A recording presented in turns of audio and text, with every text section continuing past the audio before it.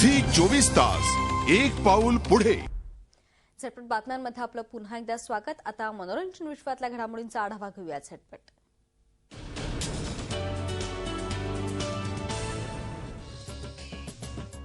रोहित शेट्टीचा बोल बच्चन सिनेमा रिलीजसाठी सज्ज झालाय। या सिनेमात अभिषेक बच्चन डबल रोल साकारतोय, त्यामुळे या सिनेमाबाबत अभिषेक खूप एक्साइटेड आहे। डबल रोल साकारणं कठीण असतो, मात्र या भूमिकेतून अभिनयाचे वेगळे पैलू दाखवण्याची संधी मिळते, त्यामुळे मी हा रोल स्वीकारला असल्याचं अभिषेकने स्पष्ट केलंय।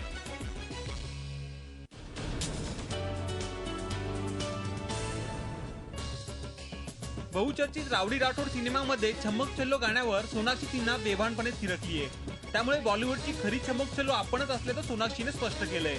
छम्मक छल्लो असे शब्द असलेल्या गाण्यावर करीनाही थिरकलीये आणि आता रावडी राठोडमध्येही छम्मक छल्लो शब्दाचा उपयोग करण्यात आल्यानं सोनाक्षीने हे विधान केलंय।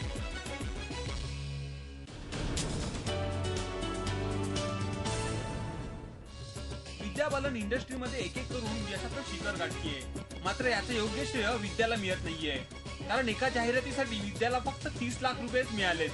करीनाला एका जाहिरातीसाठी कोट्यवधी रुपये मिळतात, त्या तुलनेनं विद्याला खूपच कमी पैसे मिळालेत।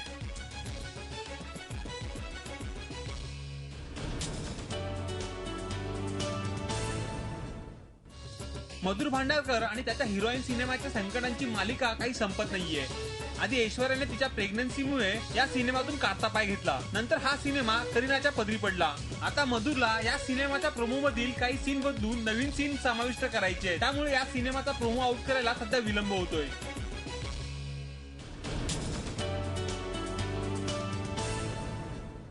विधू विनोद चोप्रा निर्मित फिरारी की सवारी सिनेमाची रिलीज डेट अद्याप निश्चित झालेली नाही, मात्र या सिनेमाने कमाई करायला सुरुवात केली आहे, कारण या सिनेमाचे हक्क तब्बल 65 कोटींना विकले गेले असल्याचं बोललं जात आहे। Satellite, theatre, home video, music या सगळ्यांची मिळून विधू विनोद चोप्रा यांना 65 कोटी रुपये मिळाले असल्याची चर्चा आहे। झी 24 तास एक पाऊल पुढे।